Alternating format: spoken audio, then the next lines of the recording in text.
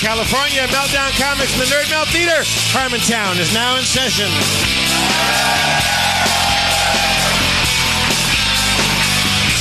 Spencer Crittenden. Spencer. Gambling across the stage. And the mayor of Harmontown, Dan Harmon. Hello. Thank you. Thank you. Oh, shit. Yeah. Blips and chits. That's my shirt. Dan, do you know that tomorrow would be our 4th anniversary of the first Harmontown? Yeah, it's the 4th anniversary, Dan.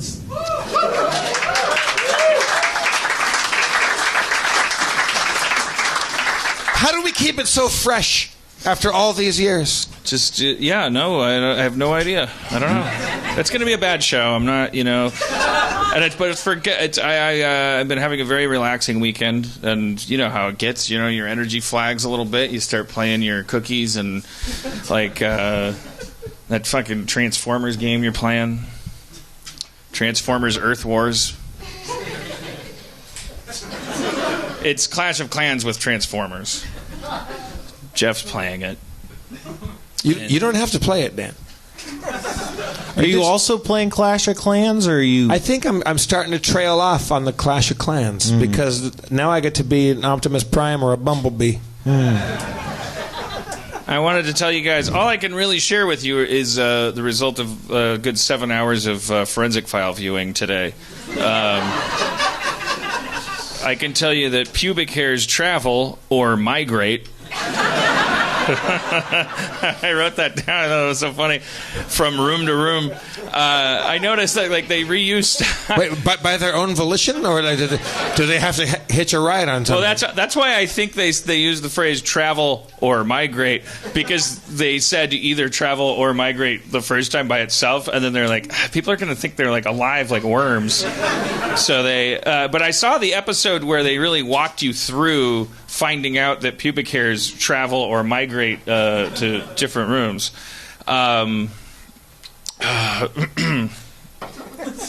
Wait, tell me more about pubic hair migration. Tell me more about your weird friend.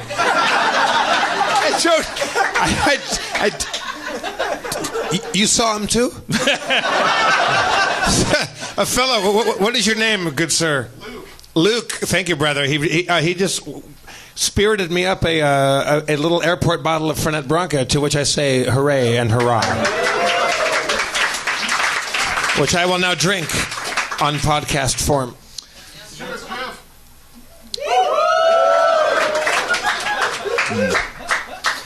So there was a case where there are these dead children.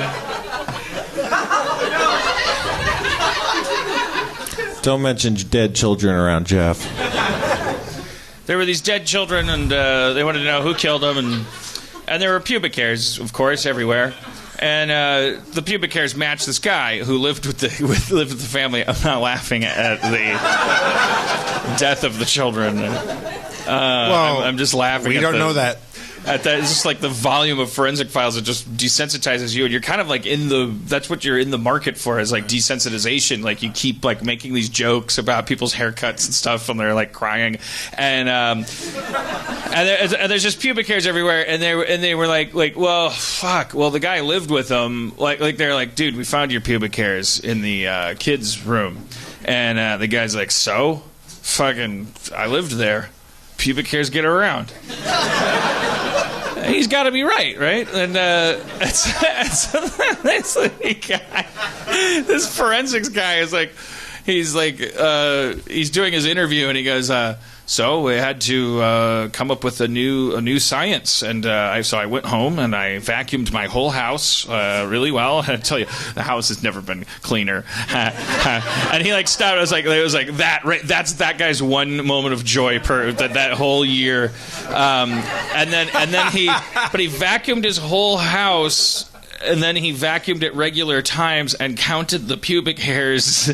He had to figure out how. Can you imagine being that guy's daughters?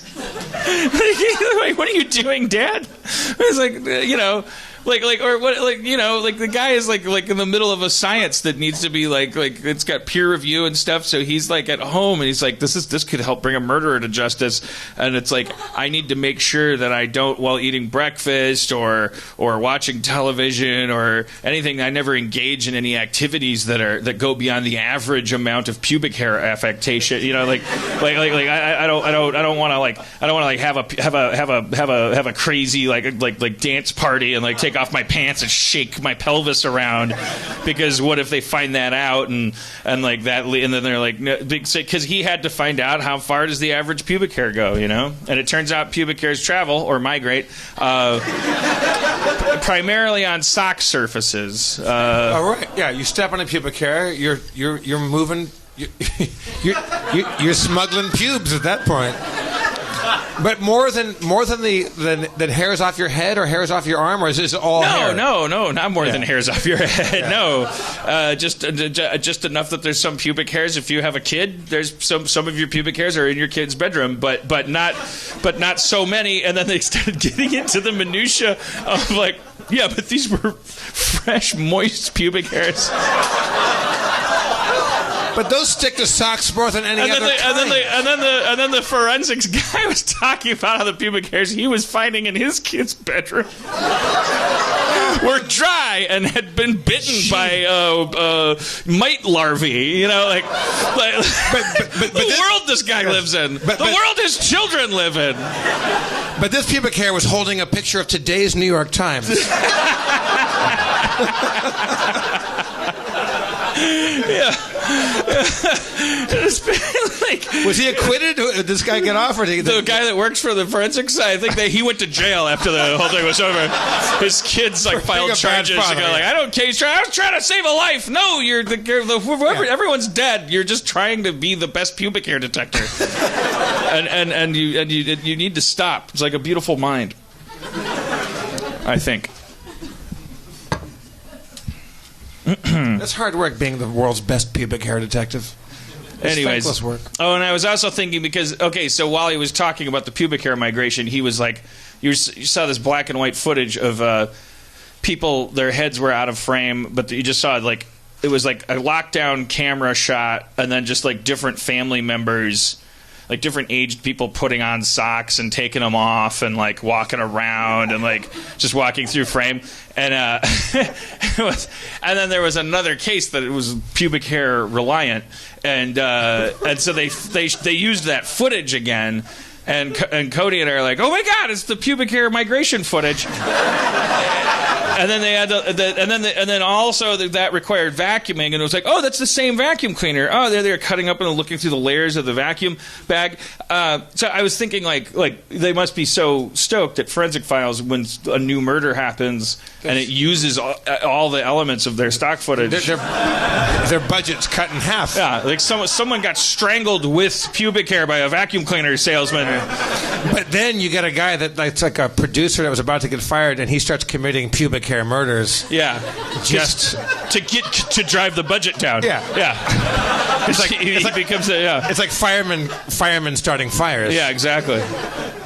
Yeah, I don't think the Forensics Files budget is too high. I don't know about. Well, yeah, that doesn't make any sense. He starts committing non-pubic hair murders. That's what it is. The network says, like, look, right. your show's on autopilot, man. Budgetarily, you've got it all knocked out. I can do it. You take the pubic hair footage, you take the bloody knife, you take the lady coming home from shopping, and you put this thing together. You say murder, and then you get an episode, and then the producer was like, "Fuck, there goes my kid's pool," right. And then he like. So he was building his kid his own pool. So he removes all of his pubic hair and becomes the alopecia strangler.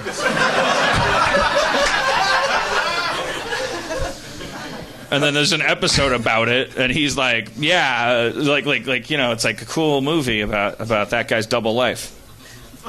And you're on his side because it's like a black comedy, like a dark, like anti kind of thing. Right. How do you catch the alopecia strangler? What's that forensic files like? Well, he slips up, I don't know. He gets caught by his own people. Nobody on those shows, by the way, they never get caught by the cops. It's always a phone call, a tip. The drinking game with forensic files. The big one is like, and then police received a call that they've been waiting for. Then police received a tip that changed everything. A guy just told me he's the alopecia strangler. It's always like a guy in prison that's like, hey, this guy I'm in prison with murdered like 90 people before you caught him jaywalking.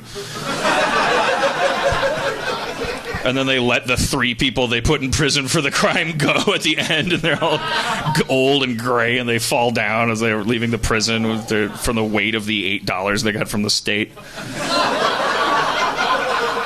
Dan, if you ever there was like a crazy one where I kept rewinding it because I was like, wait, are they trying to? This episode of Forensic Files is trying to get away with murder because there was a woman in it who went to police and said, I think I know, like, I work at a massage parlor and a lot of these guys get pretty chatty, like they and I think there's this guy, he's like saying some weird shit, like, I'd wear a wire for you if you wanted.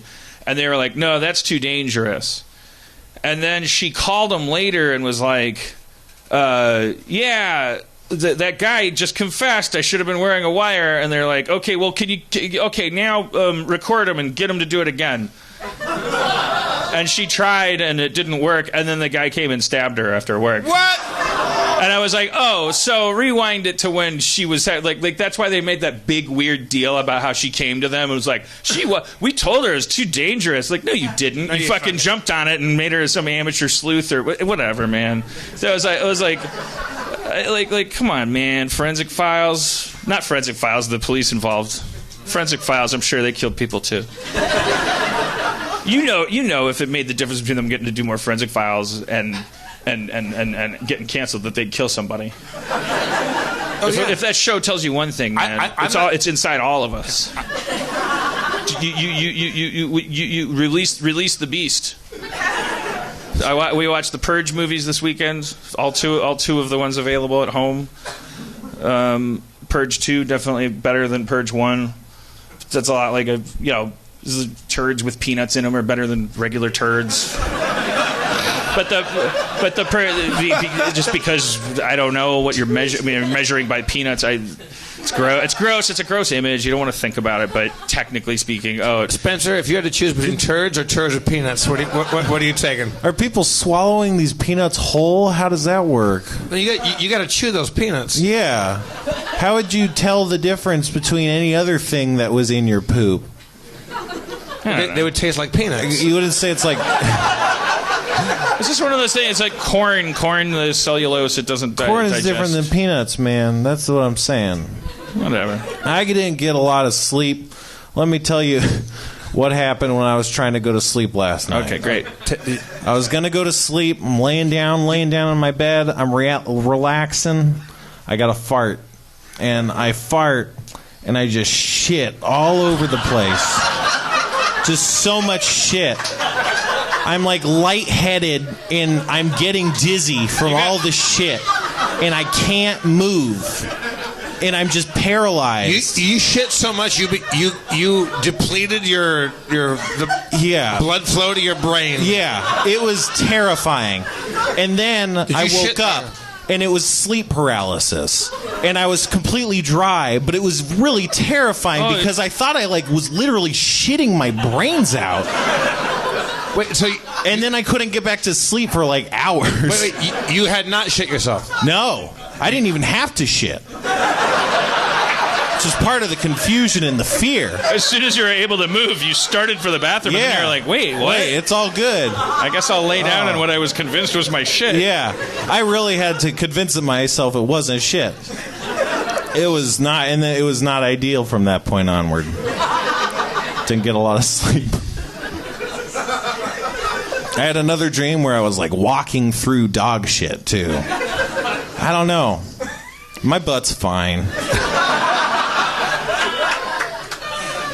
What do you think all that shit-related dreams signifies? It's really weird. I've never had that before. It was a really weird situation in my life. Does anybody here know dream analysis? Well, There you go. Yeah. I ate a whole pizza.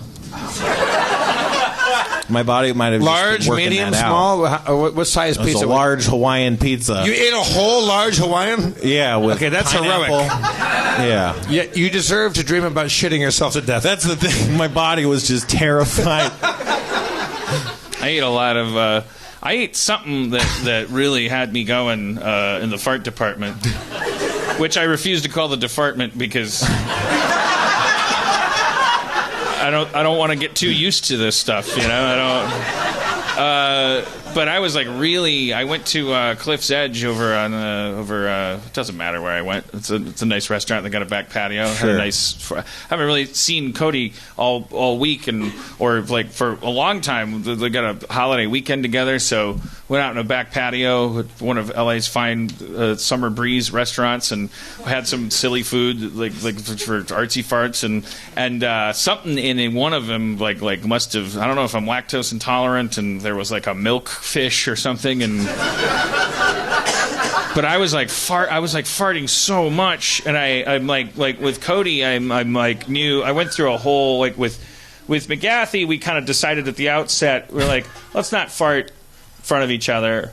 And I've kind of been doing that for a couple girlfriends, like you know, a zero fart policy. I got the idea from Sarah Silverman, who, like, her relationship with Jimmy Kimmel, which she was in when I was working with her.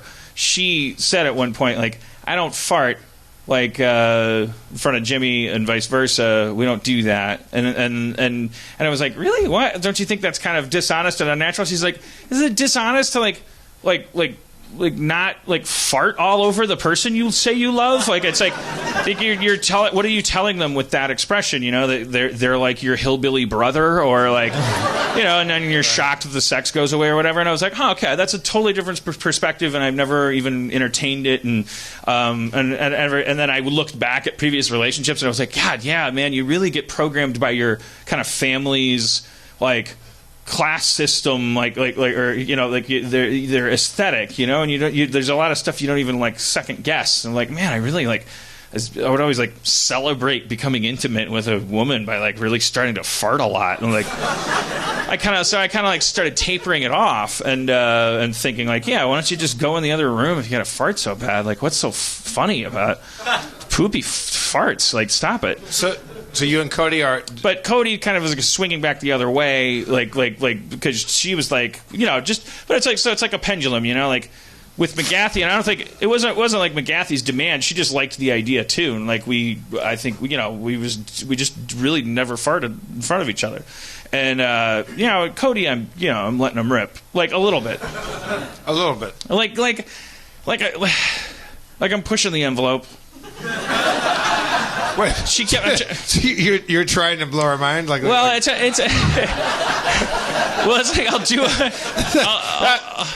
Name a key. F sharp. I feel like splitting the difference is like you do one and then you like kind of you go like uh-oh. I was like, what was that? I think a mouse was moving a dresser. You know, it's back to the 50s kind of. Now, I think it's duck season. Have you done this long enough for this experiment to have proved itself out of whether that affects sex life, or? So far, I'm still creepy. Yeah, no, it hasn't really. I don't think it's changed anything. Right. But I'm going by laughter. Like if it's not going to make her laugh, then I'm not going to. I think that's the thing. Like, it's not about whether or not they don't throw anything at you. It should be if they stop laughing, then maybe wait until it's funny again. So I like a couple nights ago, I was like I'm always more awake than her, and so then I'd do one, and she'd go like, that sounded so sharp. And we'd talk about it for a little bit. Yeah, it was really sharp. And then like 10 minutes later, I'd do another one, and it's like, I was like, did you hear that? Yeah. All right. Yeah. So then you pull back. Then the next one you go in the basement. But is there a blue sky fart where you fart and it completely makes everything amazing? Well, I did one today that I swear. You've had today I did one and she was just sound asleep. Like I was like, I'm just doing it. It was like I was sitting up in bed playing some iPad game and was like building and then I kind of laid down for a bit and was like snuggling and then I was just like, I'm gonna see what's going on here. And I swear this is my actual estimate of the length. Maybe it won't sound identical, but this is my actual, not exaggerating, conservative estimates of the length of the duration.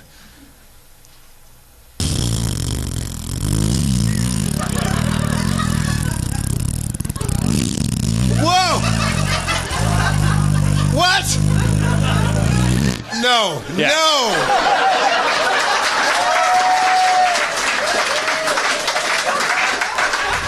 And then I just kind of hung there in silence.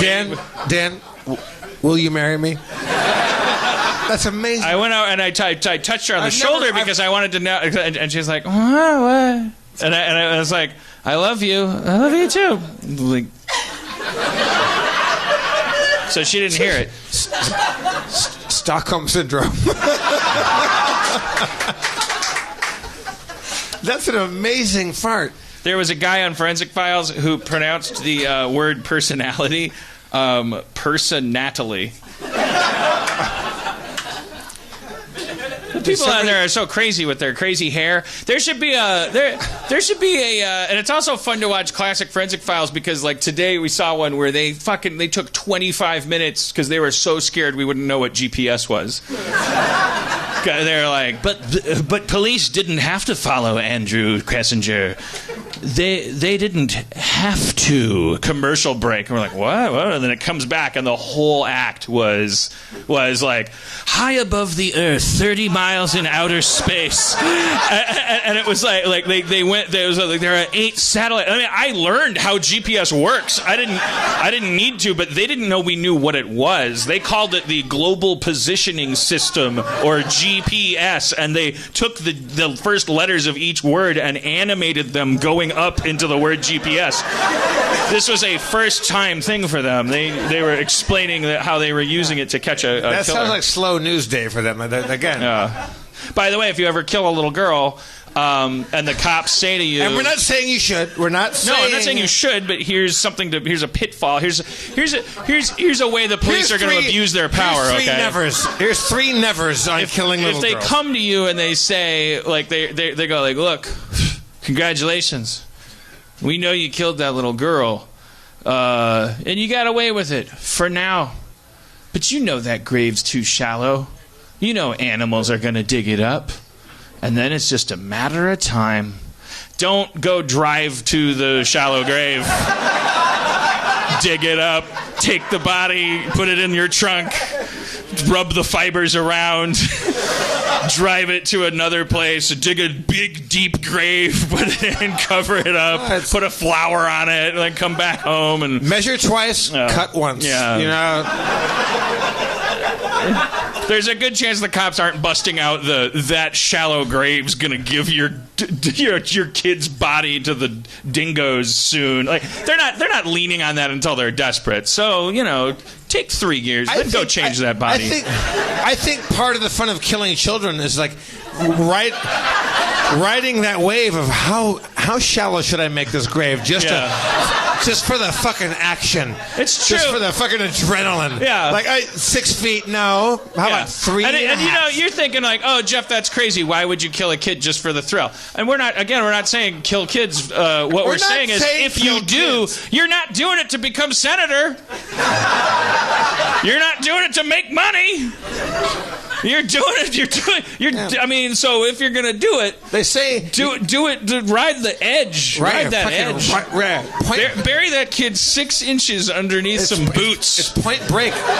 Fear causes hesitation. Hesitation causes your worst fears to come true. I'm saying bury a kid just 3 inches. And hey, while we're at it, same topic, kind of related. If you're running for president and you're a fascist, look, go ahead. Use the original artwork from the meme. like with the anti-Semitic Star of David on the thing. Did you see the thing? I missed the whole thing, but there was a thing. Trump did another meme, like the last one. He just finds him, and then he's like indisputably like. He has no help with his Twitter account. He has no staff. I have to say, I think he does. I think this is all. It can't be that unpremeditated. Well, there's a scary thing because you read sometimes articles about his strategy about how he tests stuff. He uses the internet to test stuff. So if that were true. What if there were multiple tiers to his testing? So, like, what if he did have people, like, posting crazy, like, anti-Semitic, like, racist shit into, like, super right-wing, like, message boards, seeing how it played with the Hustler magazine crowd, then, like pumping a little air into it and bumping it up, subreddit by subreddit, and then all of a sudden he throws it out there, and everyone's like, these statistics are all wrong about black people in crime, and he's like, oh, sorry about that. Like, I know this won't blow up in my face because it's been, like, built up on, like, layers of sediment. I don't know. But whatever the case is, he tweeted a meme. He tweeted a meme. It was, like, historic Hillary, and then, like, whatever. She's made history, and then there was her head cut out, not cut off, cut out, like, and there was like over just a big pile of money. It was just money in the background, and then there was a big red Star of David. No matter how you slice it, just a big red Star of David, and inside the Star of David it said, most corrupt ever. Yeah, something like that. Most corrupt candidate ever. Something like that. It was like the 20% more beef kind of like starburst thing.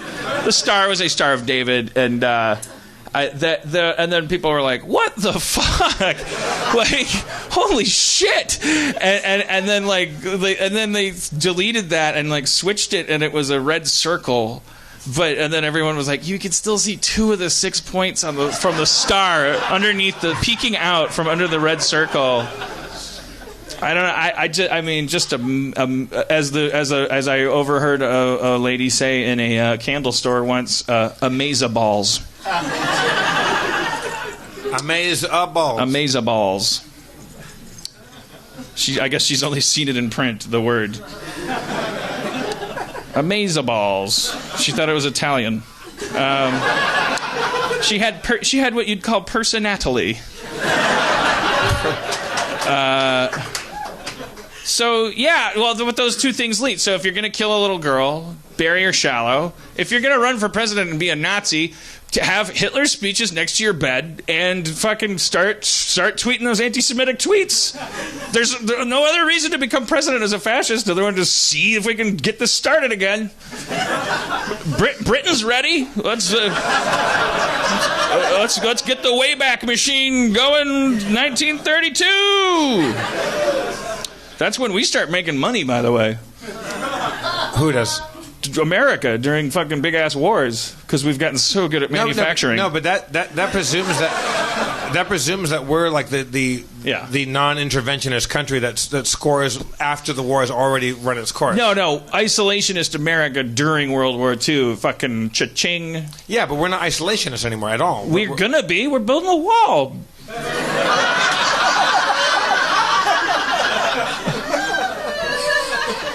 We're currently at war with the rest of the universe right now. That's another way of saying isolationism, fighting a war on all fronts. Rethink that sentence. Why am I on trial? There's a Nazi running for president. Focus on him. He's not a Nazi. He's not Hitler. He's Mussolini. He's a blowhard asshole. It's a regular segment on this show is Jeff's surprisingly pro-Hitler thoughts. Pro-Hitler. I'm saying, look, he had some good ideas. Hear him out. Listen to him. No, as Proops points out on one of his podcasts, Smartest Man in the World, it's like Hitler had a plan. He wasn't just fucking winging it. Like Mussolini was more of kind of a winging it and just appealing to the lowest common denominator. Let's not praise Hitler just because Trump hasn't been elected yet. I'm sure Trump can fucking come up with a plan. Like it's hopefully in a post-Hitler world we're getting a little bit in the way. Like there's more people going and there's more internet. We're going like, are you about to be a Hitler? And he's like, no, I'm huge. Saying that Trump is a low-level Hitler is not praising Hitler. It's not. I'm saying, well, who cares who's praising Hitler or praising Trump or whatever? The important thing is that fascist dictators, they are. It's like when you put your bread out on a counter. Like, is the mold that grows on it a genius because it found the bread? It's like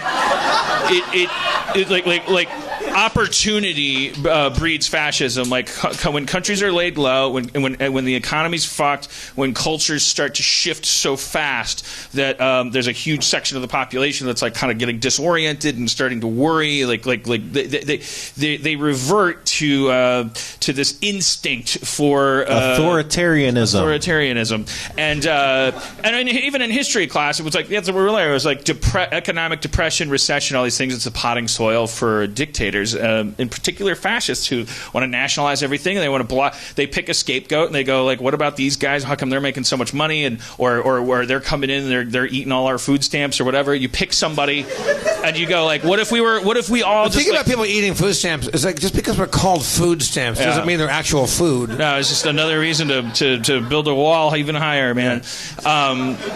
The important thing to know is that like when we have these conversations, we're like, you got to hand it to him, or like, it's working. It's like it's working because of us. Like we need to like really make sure that we don't blow this story off after he loses the election and there's crazy like race gangs running out in the streets going like, I don't know, I got all amped up about this. I guess I don't care about politics no more. Bing bong. I'm still unemployed. We need to understand like it's us. It's like that guy with the orange guy with the hair. He's, as Spencer points out, has been running for president for 38 years. Like he's like in one form or another, he's always been saying, "Someone pay attention to me." And then that birther thing started happening. It's like it's an opportunistic infection. You have a gaping wound on your arm as a country, as we all are worldwide. Like the economy is like we're in vulnerable places, and so it's happening. This sentiment, it's like I don't want these people with the towels and these things with the browns and they're taking the jarbs and they're thinking the taxes and the things, and why can't we have more guns? And they want the wall around the thing and you put the wall underneath it. Why can we can't do that? It's like it's starting. It's like those rumbles of like it's going to turn into turn into ugliness. Could turn into ugliness. But what was it? Wait. Here's the thing. This is the thing that terrified me when I was putting on my pants today.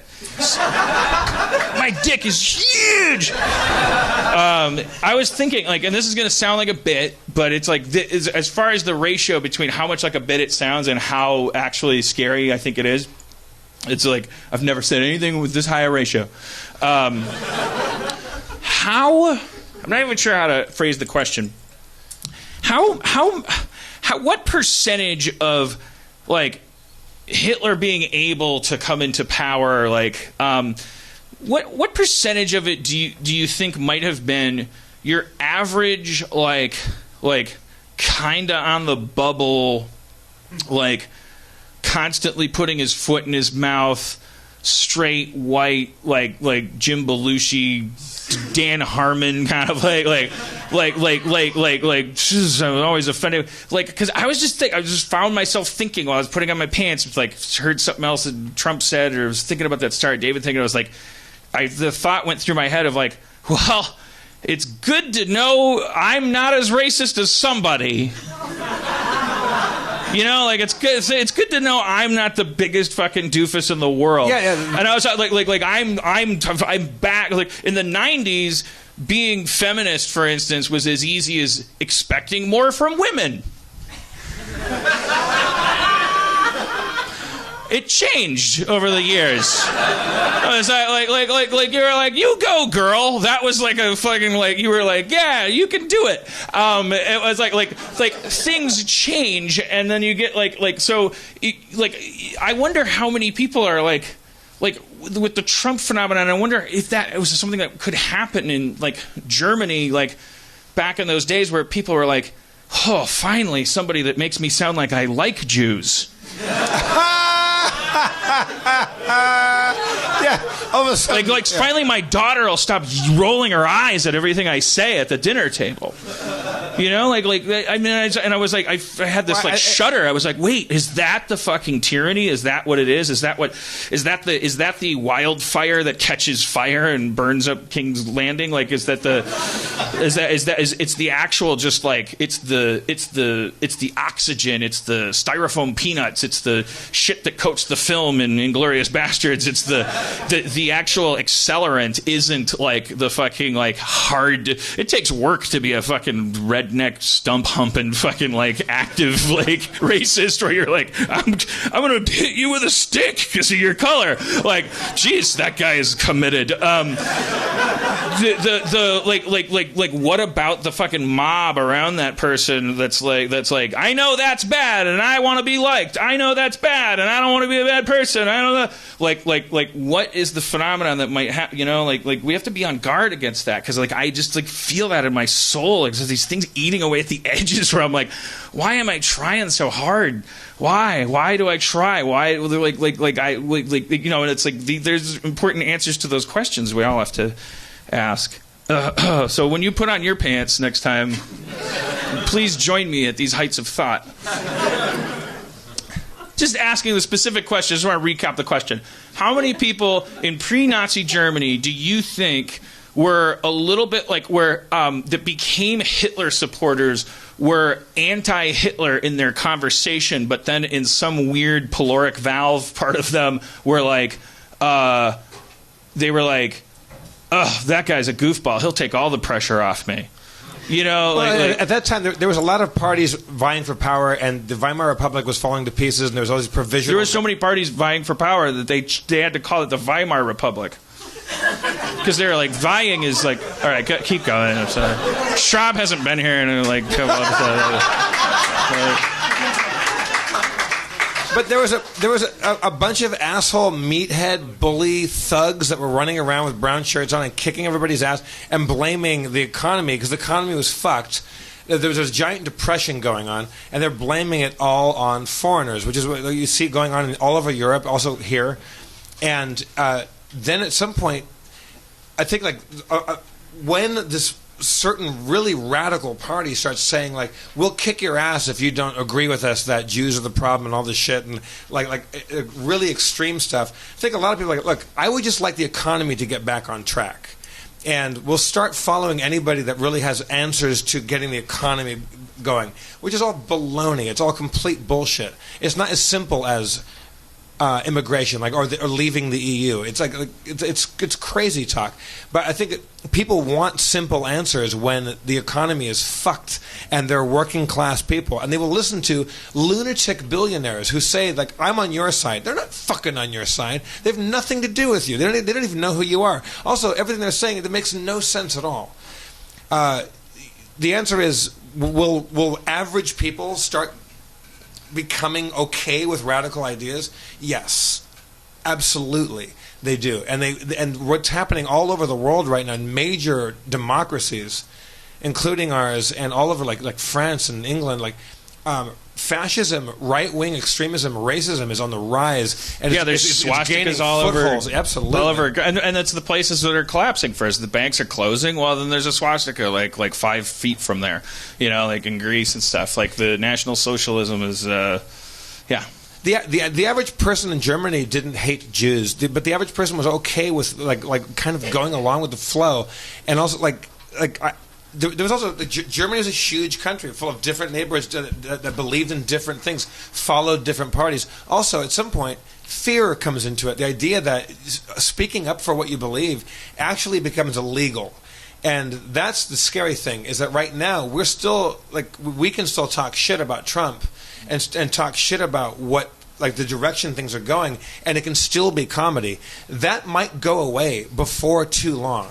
That's the real danger, is that it's actually illegal. Certainly, if you're out in the fringe and you're, for instance, painting, I don't know if that would, that lady who was painting Trump with a little dick or whatever, and some guy runs up. Public enemy smacks number her in the one. face. Yeah. I mean, it's like if you, and it's like so so what's the takeaway? I think it's that in the coming years, I don't think that Trump is going to get elected, but I don't think that you should be that comfortable saying that. I think it's very, very likely. Jesus Christ. Because well, okay, put a pin in that. But people hate Hillary so much for whatever their reasons are, right or wrong. People despise her and will vote against somebody for whatever they believe about her. And they will also vote for this incredible quack. They will vote for him. Well, I think the easy thing to say, though, because is disregard what you think the results of the election might be, because in either case, like, what's clear from this process, like this fat orange manic bullet that shot or squirted out of a volcano, it represents like magma underneath, and it's not. Well, this is where my lack of a geology degree will probably break this metaphor down, but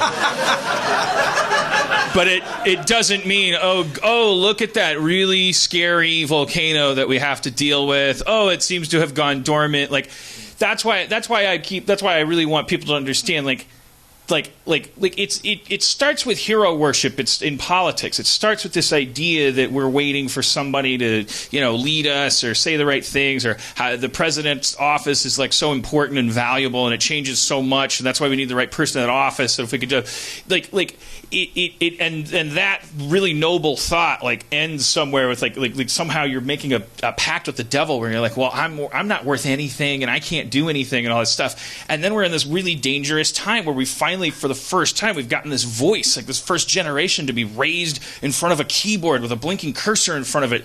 They've mastered the hashtag and the linguistic acrobatics that represent not getting all fucking bent out of shape when a girl says she just wants to be friends. Like they're advancing the species by leaps and bounds because they're able to interface with machines and psychologically keep a lid on shit. However, the scary thing about that is that now we're all just we're talking and we're talking and we're talking about what's right and what's wrong. And I hope we don't tailspin into oh man, did you see that racist TV show last night? Yeah, that was so racist. Did you hashtag it? Yeah, I did. While this shit continues to happen, it's push may come to shove at a certain point, and it may not be the people that are saying the most eloquent, most progressive sounding things that are the people who, at the bottom line of it all, are just people who want the power to leave the hands of the few and go into the hands of the many. You may have to fight fucking fascism with anarchy. I don't know what else you fight it with. I put water on a fire myself. And the fact that anarchy to us means explosions and chaos is part of a 70-year indoctrination that started with let's make that word mean terrorism. It doesn't. It means no hierarchy. It means nobody has a right to tell you what to do. We may have to. It's always scary, the spattering of applause, because it means that what I hear is the silence between each. It's Harmon said something really specific last night. Got that weird Chinese checkers applause. Yeah, but guys with bowler hats going, "Heard you loud and clear, blokey, matey, milky, welly well." But our low level anarchism, the idea that we hate being told what to do, that the absence of rule doesn't mean chaos. It shouldn't. No, it doesn't. That. Anarchy doesn't mean no. It does not mean stirring shit up. It doesn't have to. Anarchy means you don't think you have a right to tell other people what to do. You don't really respect their right to tell you what to do. You don't really see that you may see that as a way to put out a fire, or get health insurance, or get shit done, keep people from getting hurt in a crowd situation, but it's not an inherent need. You don't believe that people are these animals that, left to their own devices, are going to start running around and doing fucked up shit unless there's an elite class that pays themselves to do nothing but think about how we should be mitigated. You just think that shit works the way it works, and the idea that right now, whether you like Hillary or you hate Trump or like Trump or hate Hillary, like whatever the fuck you think, or if you're a Bernie supporter and you're all disappointed about that, the idea that one human being is going to come along and make everything okay is crazy. It's really adolescent and really dumb. The idea that we need leadership from one person holding one office that used to be a shit fucking gig, a low-paid crap clerical gig in our constitutional government. It's really crazy. But right now, wouldn't we be really happy if anybody came along that could put a thoughtful sentence together and not irritate us? That's the danger of what's going on right now with this. It's going to be Hillary and Trump, and we're going to just go like, oh, I just wish somebody could talk, and I would like to hear them finish the goddamn thought. And that's horrifying. We shouldn't care about one person's fucking ideas. There should be a gigantic consortium of people getting together. Communities should fucking operate together. Families should operate together. Well, we have the tools to do it right now, and like this is a generation that's actively they're figuring out how to do that stuff. And I think that the next step, maybe it's not even thinking like waiting for some prophet to arise and like switch things. It's like it actually is just like, oh shit, we got these apps, we got this internet, we got it going. We can think and act locally, and we can give unto Caesar what is Caesar's. Because just instead of just letting we just came off. But I think all we're doing right now is voting for the next best Caesar. Like everybody is like I know, but we don't. We could. There are some people in this audience that watch The Voice and American Idol, but they also watched Community. You know, like they can. Dan, that's not true. It means that you can say, like, when I'm interested in who's going to be the best singer in this season of the Best Singer show, I don't necessarily have to let that thought process trickle down into how I pass the salt to my friend over dinner. I don't have to, like, when they go, could you pass me the salt? I go, I don't know. How good are you at asking for passing the salt? Those glasses, like, don't look good on you. I think that smart look is stupid. Why don't you take them off and ask for the salt? All right, now give me a high C. I'd like the salt there. Now that's what I'm talking about. Now you've earned my salt because I watch American Idol. No, you can watch American Idol and you can go, that's for that. You can elect a president and go, that's a person that if a Supreme Court justice dies, they have the power to there are certain things that are important that we're voting for these people for, but it doesn't have anything to do with whether your street has potholes on it and all that shit. I'm old and I'm busy, so good luck. But I do think, it's like what if we did enter an age when we were just voting for the least offensive person? What if that was their job? And they didn't, and then what if you built from the ground up, you built this sort of there was a word for it, and there was a phrase for it, and it was anarchy because it didn't have leadership, because it didn't need it, because it did take advantage of technology faster than these people at the top could, and so that they found themselves in the most powerful position in the world, but it was in charge of a fucking slab of marble that couldn't be cracked, couldn't be lifted, and couldn't be moved. That they're like, I'm on top of it, kind of lonely up here, and windy. I get to jump off in 4 years or stay on for another 4. And the people that don't fuck up get to stay up there, and we're down here going we figured it out. It has to do with on a molecular level going I think our biggest challenge right now is we've been so stoked about how much cleaning needs to be done around the apartment that you ever get one of those tantrums where you're like, fuck all this shit, fuck it, shit. It's you're just throwing away Bibles and new pens, and money. I'm going to take a fistful of pennies, and you're fucking pennies, fucking pennies.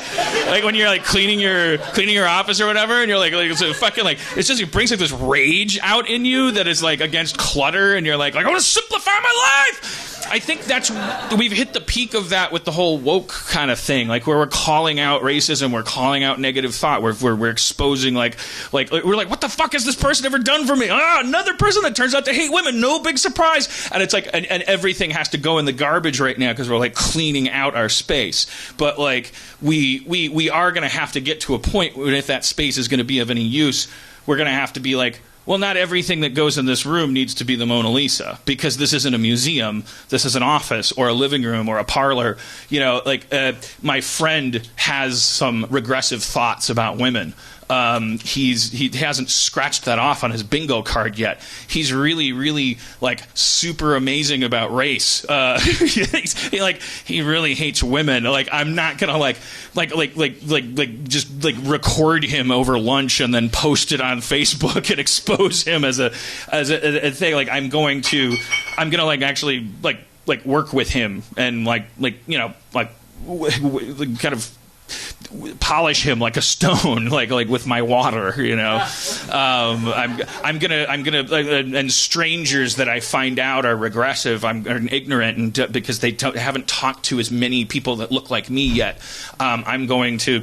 I'm gonna do something really difficult, which is I'm just gonna have this be this billboard for people that this person has never talked to, and I'm gonna make every experience a positive one, or I don't know what the fucking definition is, but it's it's way harder than finger pointing and shaming and chanting and pushing down another pillar and watching another thing that was resting on it collapse. I think that we've got a good 6 months left of that before it gets aren't we just, when the guy running, one of the two people running is just this turd person, he's not going to do anything with that rubble. He's not going to go, thank you very much, and now I'm going to take that and we're going to build a big monument to women with it. He's not going, he's going to go let's make missiles with this rubble. It's going to be up to us, how we interior decorate the nation. We should do it. We'll do it on the moon. Maybe Elon Musk will, after his cars kill people, maybe we can merge with him and he'll give us a. Right before you said just do it on the moon, the original joke premise of this podcast was let's find like-minded people and colonize another place and make things okay. We're gonna have to start making colonies of like-minded people here and actually let that become revolutionary. You know where we're going to start doing it, Jeff? Where we pick the people that get to help us at the Comic-Con Harmontown show. Oh, shit. Wait, are you talking about the one July 22nd? At the... What theater?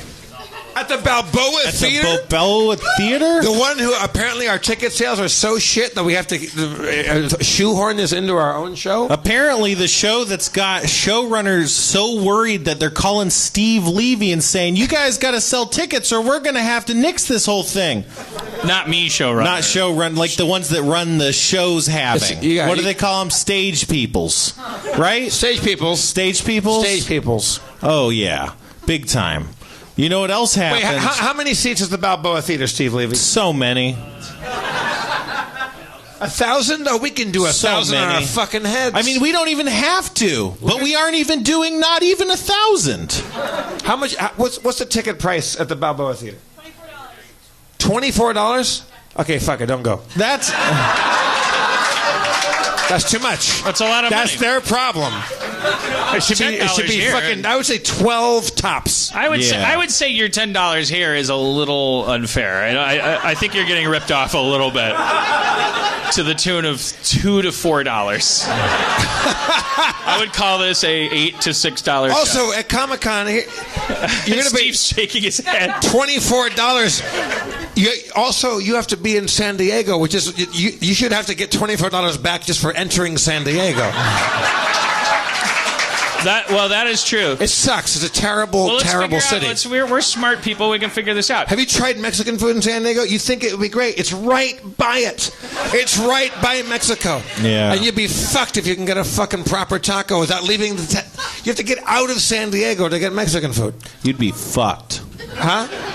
If you try to get a taco. Yeah. You're going to the wrong places. Look... Yes, all bad. I know the San Diego people here. We'll meet after the show. You tell me where to go get tacos, and I will tell you that it's not in San Diego. You're just outside of town. You have to get out. You have to go it's not a walk from Comic-Con. You have to get into a car to get fucking food there. Let's find out. Let's ask ourselves. I'm saying don't go to Comic-Con. Don't go to the Balboa Theater on July 22nd. I don't think you have the guts to prove me wrong. I guess there's that. I've been to your shitty town. I'd say let's figure out if this is a $10 show. Every guy has a wallet chain. Well, we'll give out free prizes at the Comic-Con. If you're walking into an establishment and the bouncer has a wallet chain on, you're in a terrible place. Let's figure out if this barbed wire tattoos. Nope. If this is a $10 show, no. Then we just need to figure out what a $12 show is, which is as easy as raising this one 20% in terms of quality, and then doubling that for San Diego. Right. That's all I wanted to say. 5 hours. What's that? We go for 5 hours. I don't think that increases the value of our show. I will have no respect for anybody that pays to see our show in San Diego. I will be mad at everybody that comes there and has put down $24 at the Balboa Theater on July 22nd. And not just because Dan and I are going to do an all-nude review to start the show. I'm saying it's not a reason to go see it. And we'd also be really mad if you made a website using Squarespace. Even though they use an intuitive design that works across all platforms. Also, maybe you live in LA, all you people here. Maybe driving down to San Diego, don't listen to Audible.com. I don't care how reasonable the prices are to listen to your favorite novels online. Or even if you get a free book with sign up. Yeah, I know. And I don't care if you're wearing my undies, the softest underwear. Well, who needs books anyway? When you know, it's like all you people out there with your stupid Warby Parker glasses, which we also don't want you to get. And when you get them, don't use them to look at fullscreen.com's content. And even though it only costs as much as a cup of coffee. A cup of coffee. A cup of giant coffee a month. Yeah. For a month. But I think the reverse thing has to work. But I think you have to say to them, like, don't come, or if you do, I'll kiss you to death. Will it be on CISO? No. The Comic-Con show? No, it won't. You won't be able to see it. You know what we should do? What? We should not record it. Oh, shit. Master Blaster, run, Bartertown! No more pig shit! Fuel!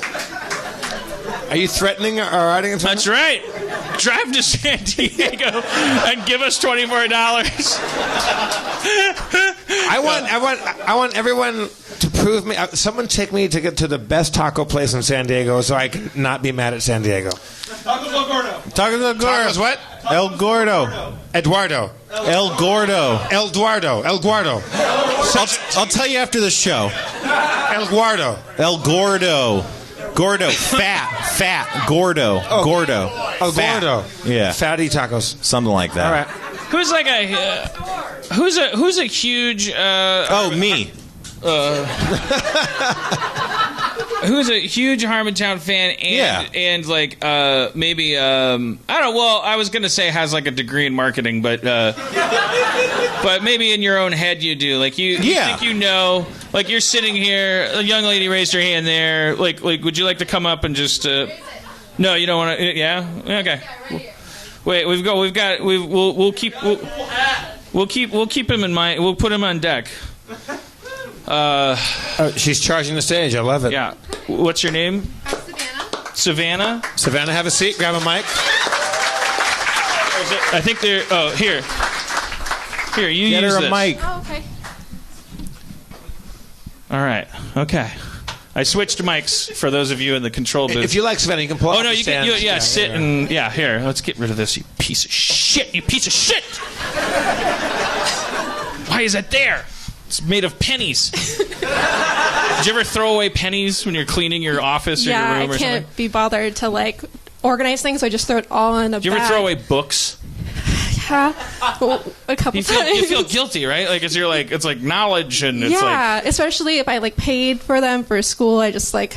But even there's if so you much didn't, anger. what is that guilt we feel about throwing away books? I don't throw away books. Well, Because I would feel too guilty about it. Okay, well, what is that guilt? What is it? Somebody put a lot of effort into a book, I think. I couldn't, like, even if I hate the book. We don't treat it as the physical thing that it is. We treat it as the ideas it represents. Like, when you work in books, you're like, this is fucking garbage, and you're ripping covers off shit. It's like a really weird, harrowing experience. I'd assume it's a lot like working in the meat industry, you know? Where soon enough you're just banging calves against walls and shit. Yeah, look it up. It could even be a subjective guilt that's like the equivalent of throwing away a barbell. You're like, that you never used. Like, you're like, oh, am I really committing to that? Yep, throwing away the barbell. And also the garbage man's going to be like, Jesus Christ. Fuck. He's all ripped. It's 9/11. It's 9/11.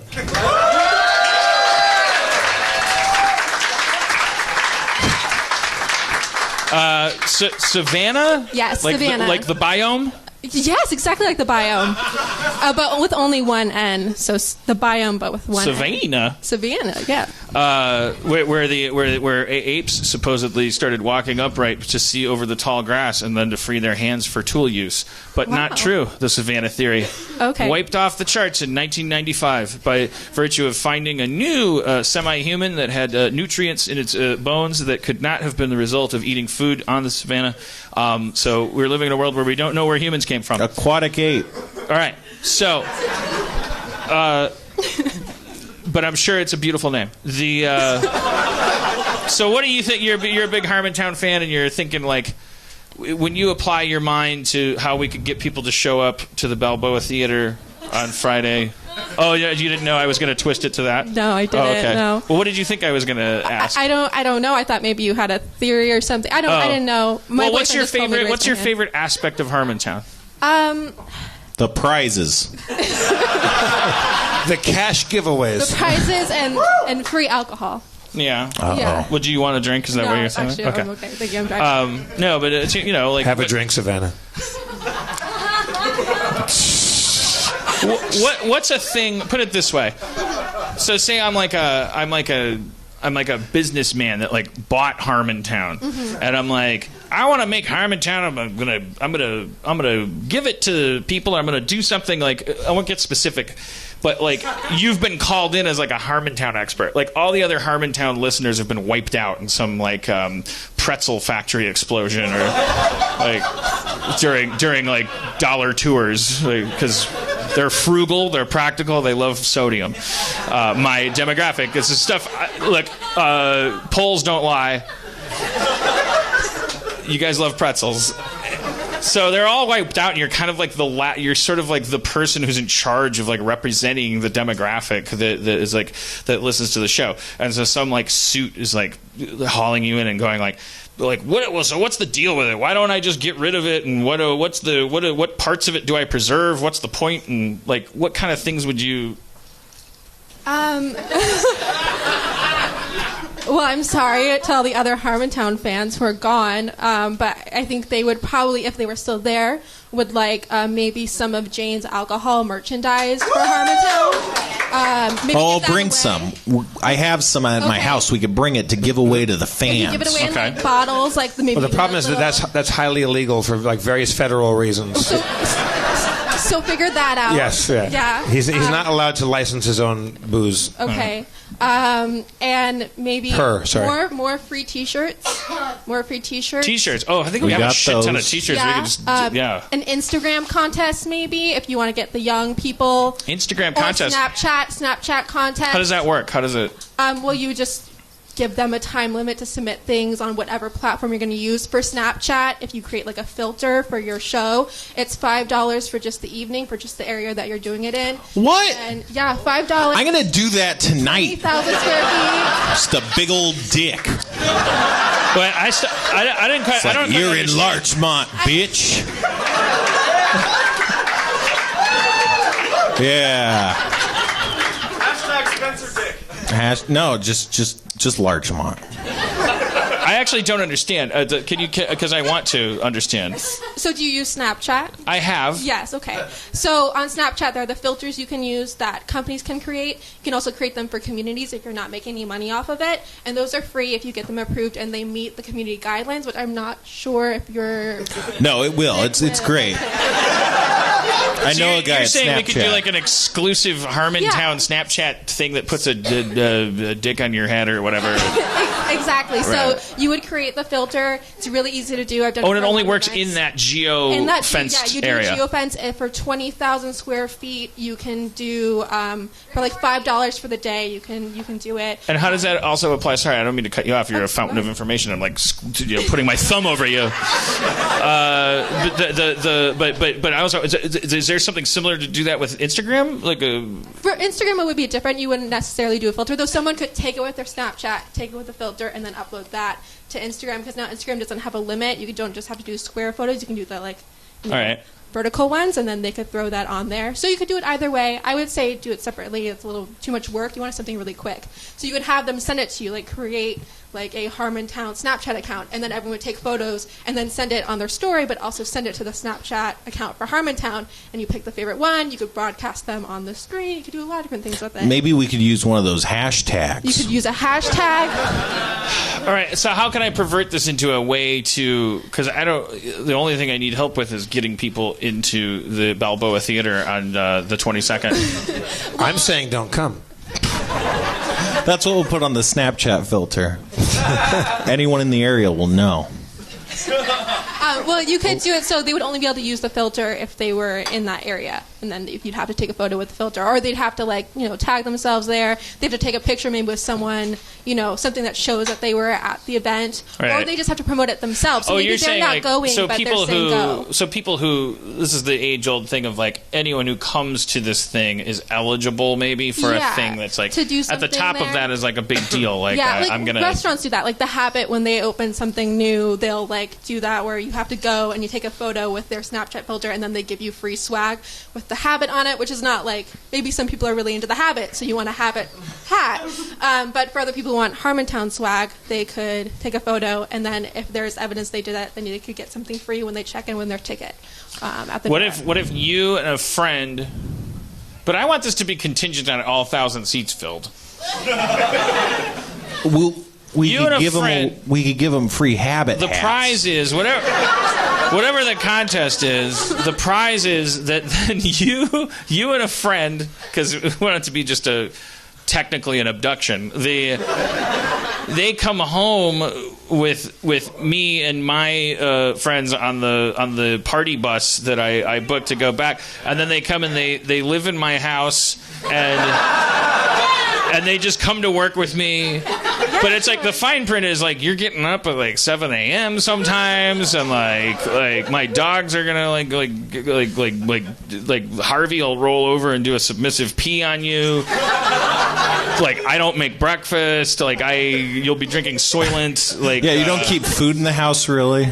But you can stay in I have a guest room, and then you could then you could just come. You just come like if I could put you in a backpack, I would but you just or handcuff you to me, and I would just write Rick and Morty, and you'd be there, and that would be thrilling for some people. Yeah, I'm sure. Yeah. Even the chance at it might make 1,000 people show up. Yeah. But maybe that's the contingency. Is 1,000 people didn't show up, so the top prize is a T-shirt. That sounds great. All right, we'll figure something like that out. That sounds like that's good. what because I'm I don't do stuff when I go home at night sit on a bowl of ice cream or look at I don't have a shoebox of Polaroids or anything. So that's a resource I have where I could just have a person. This isn't an invitation to stalk me, but I'm just saying my life is compatible with just a person walking around. That's what Spencer and Steve Levy are. They just, they we all cohabitate. Yeah, we're just a family. So awesome. Maybe that's a luxurious package. I think that's what we did for the AIDS thing. Oh yeah, for Rick and Morty. They're gonna come out. And... Sorry, Jeff did a thing. It was great. I don't know what you're talking about. All right, Rick and Morty did an AIDS thing. Yeah, where you could like the more you donate, you were eligible for a thing where you do a voice on Rick and Morty, and then I think you hang out, but not. Yeah, like maybe it'll be. We like, still gotta do that, right? Right? Yeah. Yeah. You can't. Well, Dan, you were talking about earlier about like hanging out in Comic-Con's kind of a bummer. It's like it would be fun to have like a little party space. What if we had like a little like our own little? Oh, well, we'll be hanging out at the Geek and Sundry Lounge. Is that right? Yeah, just go there. It'll be fine. What are they gonna do? All right, Savannah, you want to see what this other guy has to say, maybe? Yeah, sure. All right, you're not afraid of a little competition. Why don't you come up, sir? You know who you are.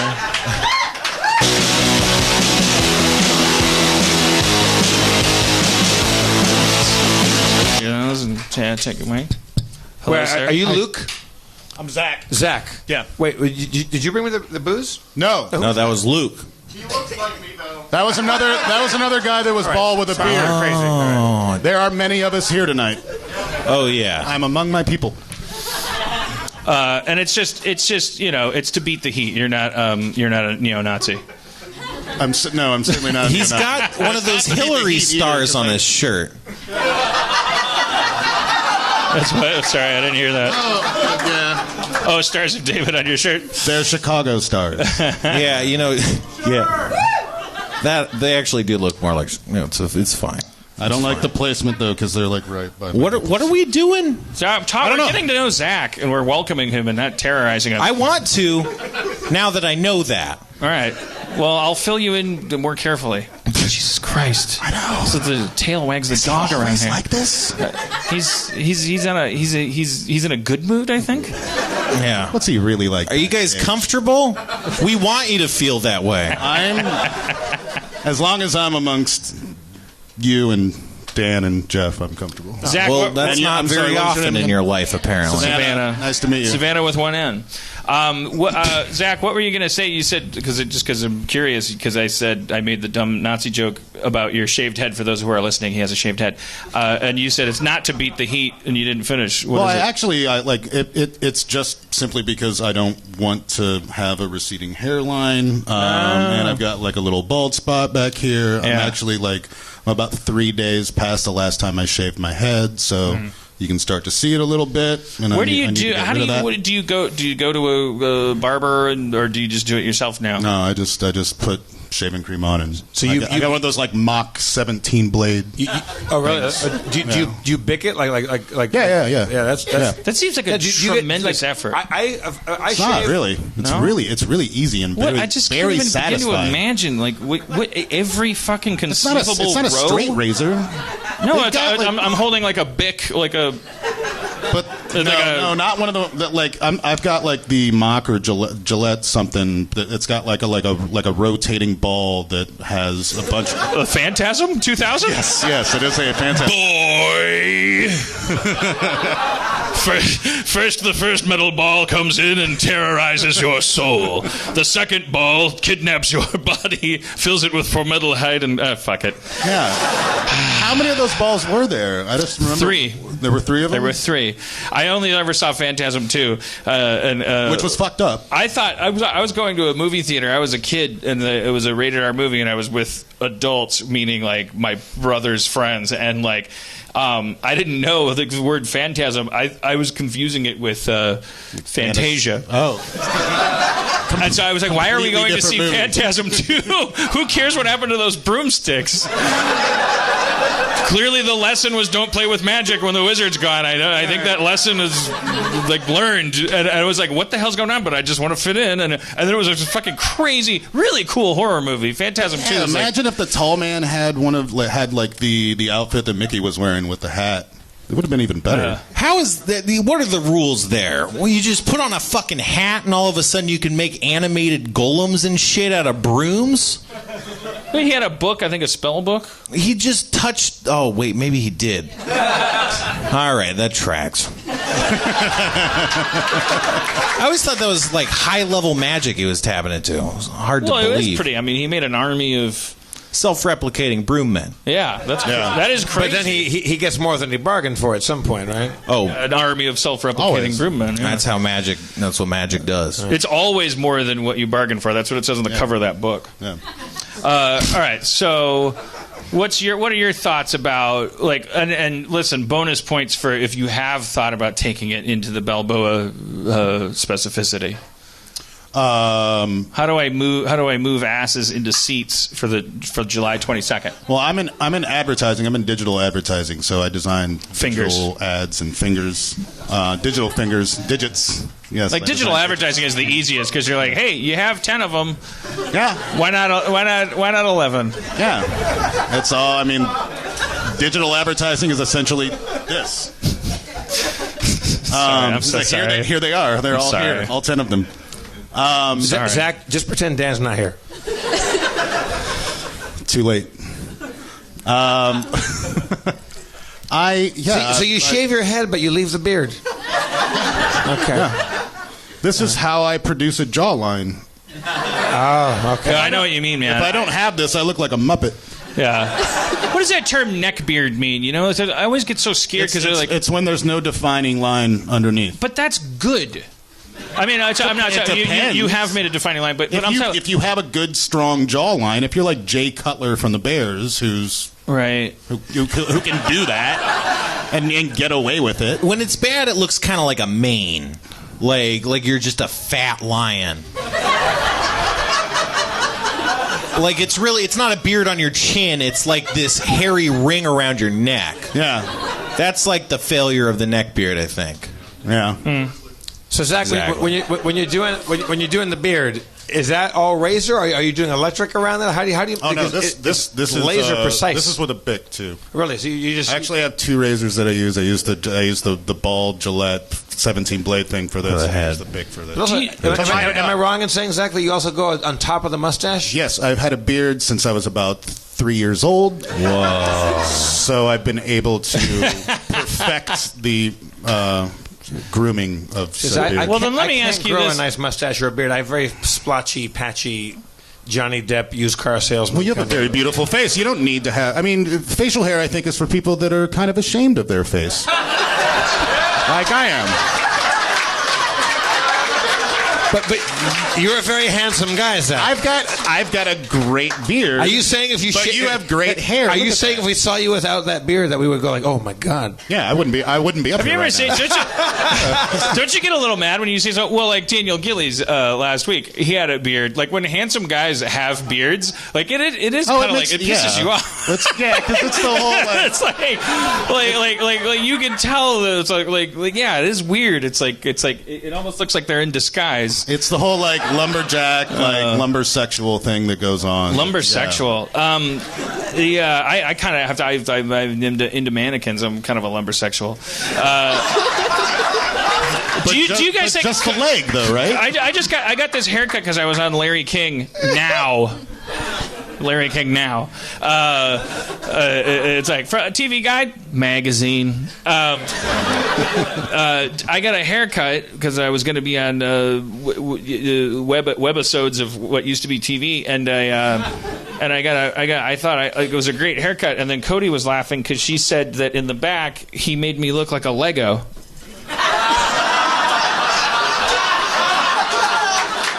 I saw that. It's a little too precise. She's like, really? She was like taking pictures of me from behind. She wanted to do a split screen with like Lego guy. I guess I looked at it and I was like, yeah, I guess I was pretty straight that he did that. But I mean, I would have never. All right. All right. So digital advertising. What do you think? What do we do to get some butts in the Balboas? My initial instinct is to think visually when advertising, and you've got three strapping young men up here that are part of the podcast that I think we just do a shot with you guys in the same outfits that they're wearing in Now You See Me. All right. I don't think that's gonna. I mean, it is. It's a. You listen to it. Yeah, it's a podcast. You know, it's just like we don't have budget for like a bus stop ad. gonna say, like, all I can think of is bribery. Like show up. That's what I'm saying. And also Prizes. promises. Like, okay, so sometimes when we go abroad, We'll build a wall. like it go like well, sometimes you get, sometimes the traveling shows are the drunkest of all. Like, maybe what if it was like, okay, I promise you, like, what are some features of a show? Like, I'm not gonna say I'm not gonna be drunk, but I will say I won't be blackout drunk when I take the stage, and to prove that, I'll prepare bits. Like, what's like a bit? If I were to do Savannah, if I were to do bits like a top 10 list, or like what kind of, like, what could come out of the Harmontown psyche that you think would be like a good, like, kind of feature that you like. Like Harmon's thoughts, or like, I'm putting you on the spot. Oh, no, it's okay. Well, from the Comic-Con show last year, like, kind of going over some of the things you saw at Comic-Con that maybe you could, then talk about for an extended period of time. So maybe your top 10 worst moments at Comic-Con, or moments that made you cringe, or moments that really made you I think, Dan, with your culture. you should dress as Poison Ivy. But that's not. I mean, they're going to be like, okay, cool, dress like Poison Ivy. I'll look that up on. If you can guarantee, like, guests, but maybe don't say exactly who they are, but, like, kind of give hints as to who they might be that are vague enough that people won't be disappointed. Yeah, that's what we do, Dan. We just say that we have an awesome guest. And also, Spencer and I are both gonna dress as Slave Leia. And Star Wars 8 is going to make an appearance. Curtis Armstrong. We'll text it. We'll text Curtis Armstrong. I heard him. Yeah. By the way, where is Curtis? Have we lost him forever? What's going on? Thank you, Zach. Yeah. What happened to Curtis? He said some racist shit to me in the parking lot. And I was like, dude, that's cool, but, like, people should know you're racist. Yes. And he's like, I don't care about my image, Dan. And I said, yes, you do. And he said, no, dude. People with different colored skin from me are less people. And I was like, Curtis, if anyone could hear you saying this right now, they'd be so brokenhearted. And he said, that's the point, baby.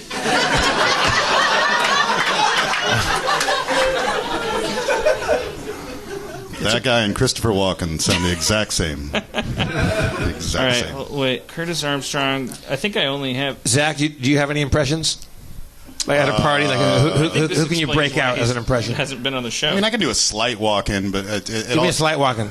Can you give me a slight walk-in ordering breakfast? All right, well, Levy, make sure Curtis Armstrong is. Make sure we connect with him and see if he can do the show at the Balboa, and I'll pay him. Tell him he's got us over a barrel.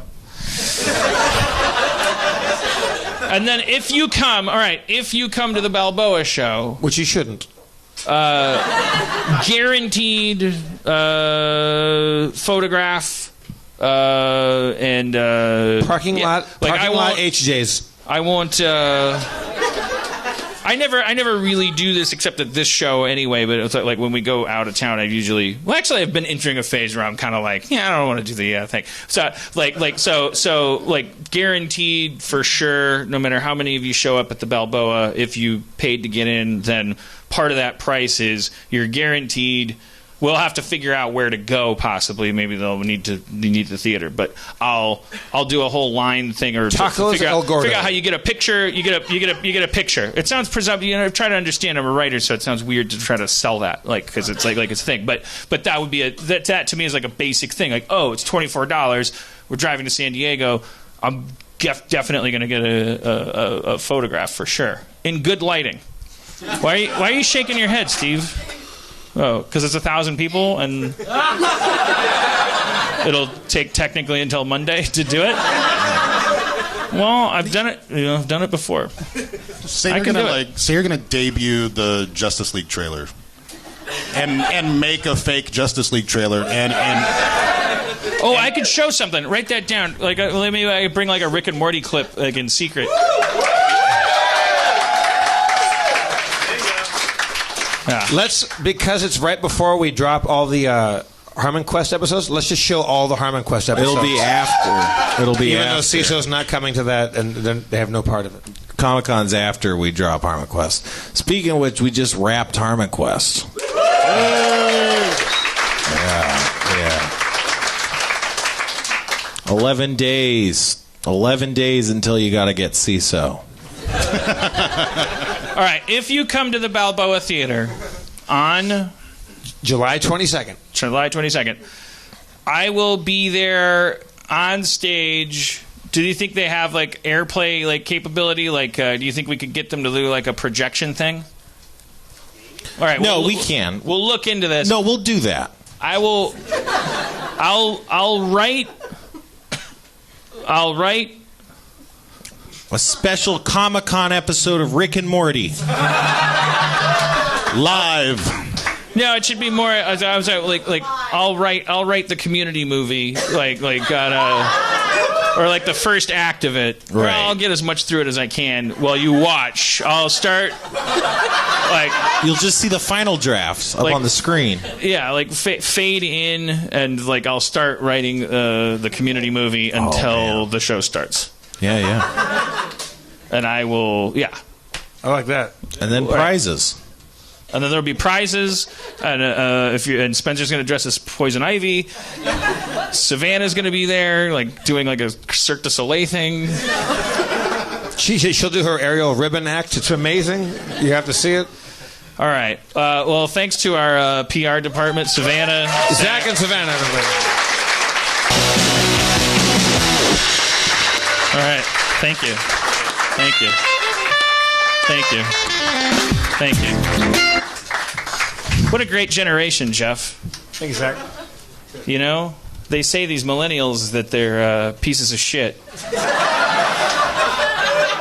I don't see it. But you fundamentally disagree with that. Yeah, I do. I see hope in them. What do you think separates the millennials from our generation? I think they're more dishonest about how racist they are. They've found new ways to tap dance around it. They're the Baryshnikovs of actual racism.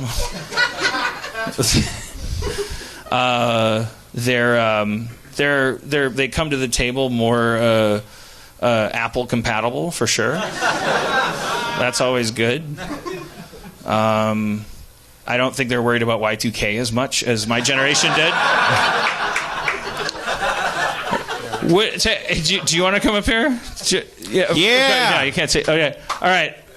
It's please, everybody, please welcome my coworker, John Eitzen.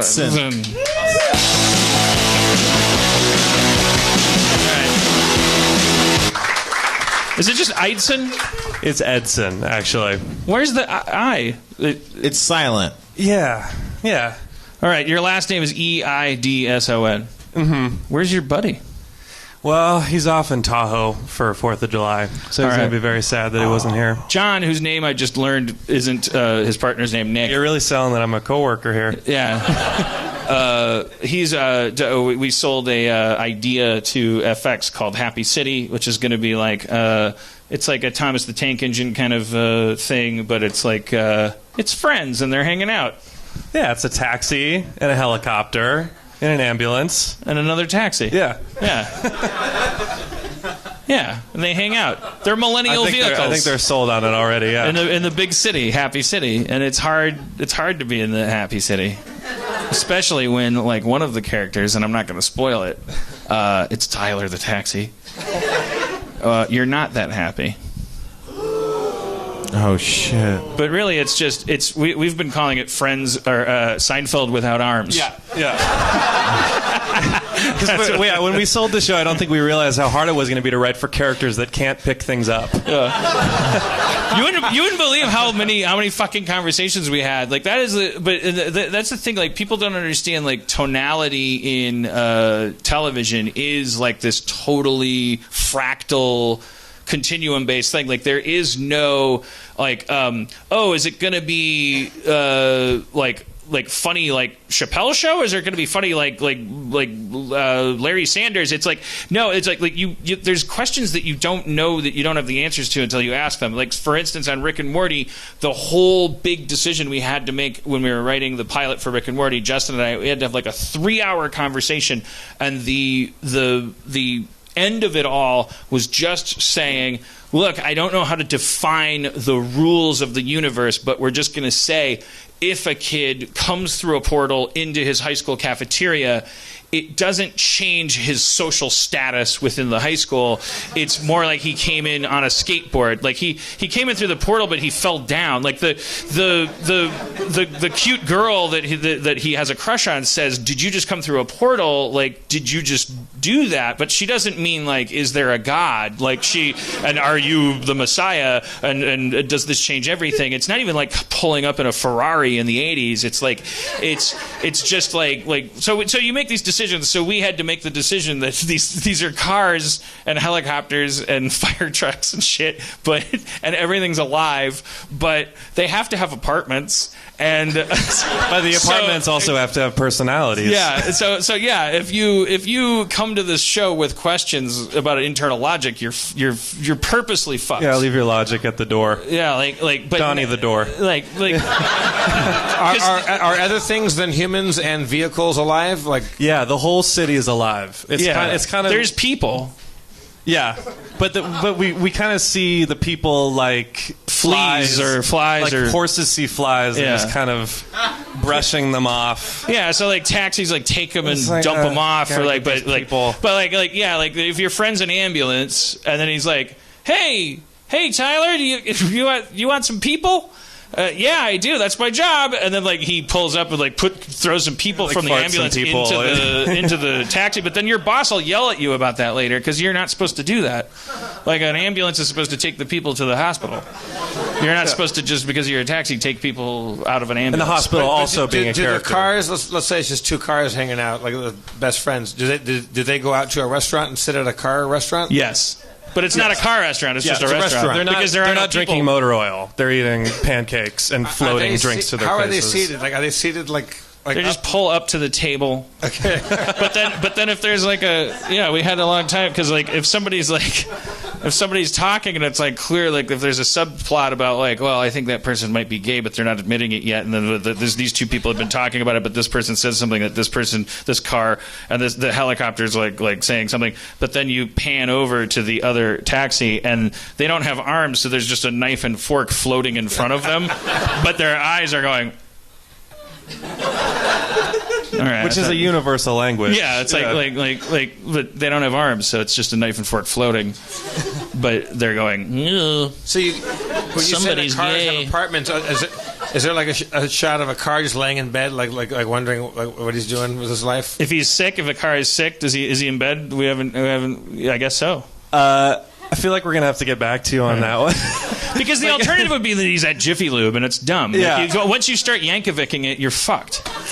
Yeah, Like, initially we pictured them going into houses or apartments and then going to their rooms, and they have a little garage inside of their room that they go into, which became a little too cute, I think. Yeah. So now...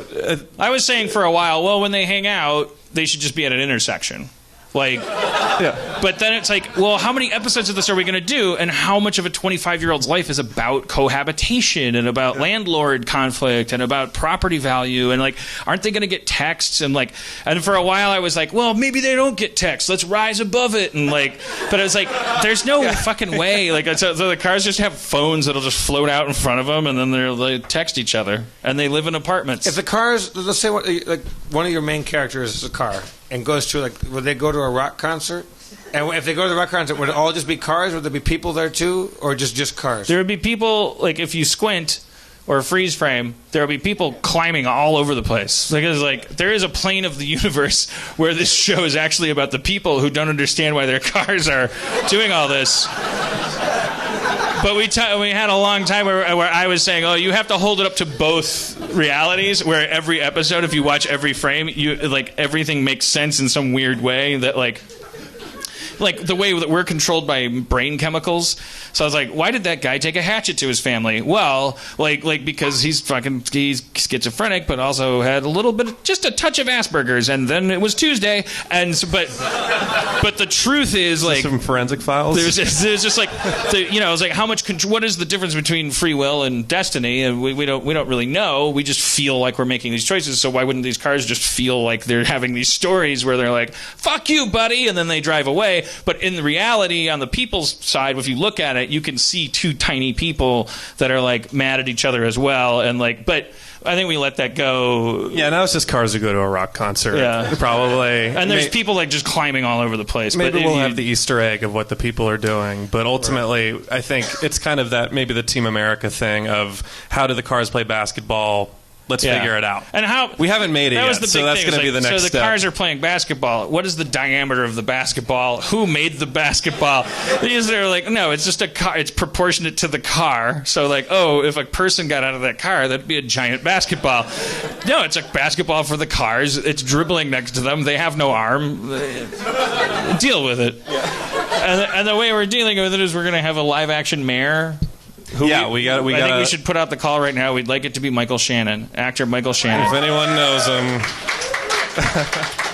And in between scenes, we'd like to just go back to the mayor's office and have fucking freaky Michael Shannon just like intensely ask a lot of the questions that you were about to ask, and then answer them with like, I don't know, being mayor doesn't mean I'm in control, you know, like I don't like all I know is that when two friends are jealous of a third friend, like that shit goes down. That the stories are held together by emotional, because also like, guess what? When you're watching Seinfeld, why is everybody always sit on one side of the table? I mean, because you can't turn your back to the camera. It's just as unnatural as if everyone was cars. There's always a reason why everything's fucking weird, and you have maybe to like, we're all cars. Maybe we are all cars. That's what the show will How make often you ask. do you wonder where a basketball came from? Yeah. Why? Yeah. Who made this orange? Yeah. How much thought have you put into that? Yeah. Yeah. Does that answer your question? Yeah, it does. I think it's going to be a tell really we're good still show. writing it? I want to watch the show because also like I want to watch that show and wonder. I want to have a lot of questions about it, and I want to find out that they're not going to be answered, or they're going to be answered very slowly. Because remember ABC's Cavemen? Yes, I do. That show could have lasted 100 episodes if it had just accepted that it was fucked up. It was fucked up. Yeah. And I still have the pilot that never aired of Cavemen, which was way more racist. Where the cavemen were really good dancers and had big dicks, and had lots of rhythm and stuff like that. Like they dropped that for the unairing pilot. We all have. Okay, here's what we do: Balboa Theater, July 22nd. You're gonna have to raise those ticket prices. We showed the unaired pilot of Cavemen. Holy smoke!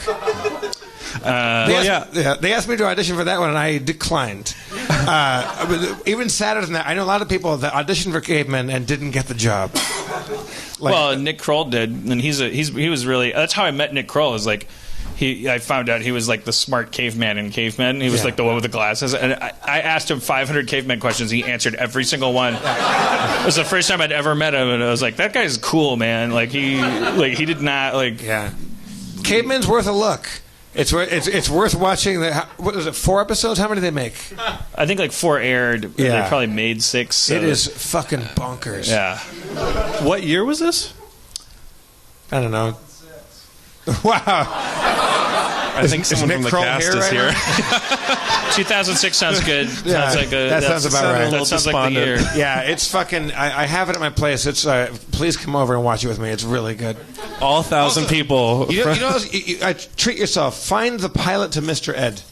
It's one of the funniest goddamn half hours of TV you'll ever see in your life. So, John, tell everybody that I'm fun to work with. I wasn't done with Mr. Ed, Dad. Or I'm not fun, but just tell him it's amazing to work with me. It's so amazing. For example, at his house, you're greeted by his dogs immediately. Did you get peed on?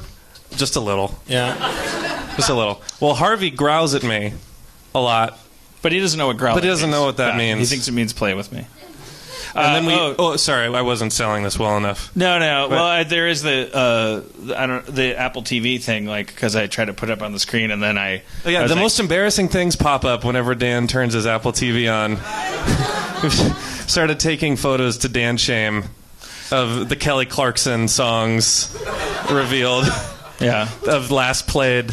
Yeah. On the Apple TV. That's fun. We have a good laugh about that. Yeah. And you're like, well, welcome, guys. All right, let's open a laptop. Apple TV's not working, and they'll be bitching about it for a while, like swearing and going like, fucking technology. Fuck. He's got a fish tank that and he's then, still learning how to work. The screen comes up, and it says Kelly Clarkson, whatever makes you stronger, whatever the fuck it is.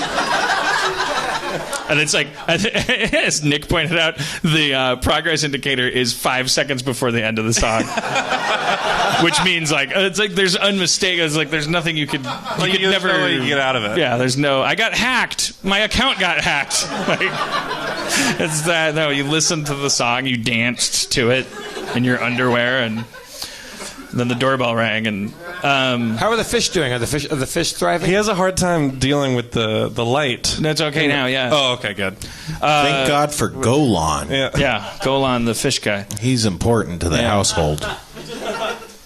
Yeah, I'm a dick to the aquarium guy. Well, didn't he steal the remote? Wasn't there a hubbub with this remote? The light didn't work for a while, and he didn't tell me you have to open the cabinet in order for the remote for the light on the fish tank to work. Right. That means it's not a remote.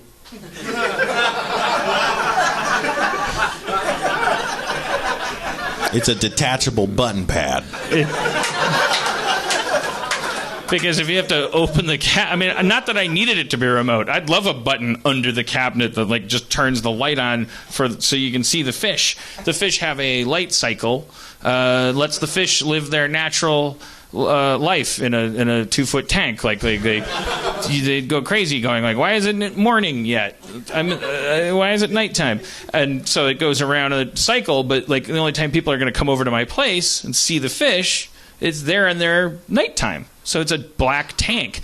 So I just want to hit a button and go, there's the fish. Look, there's a prawn.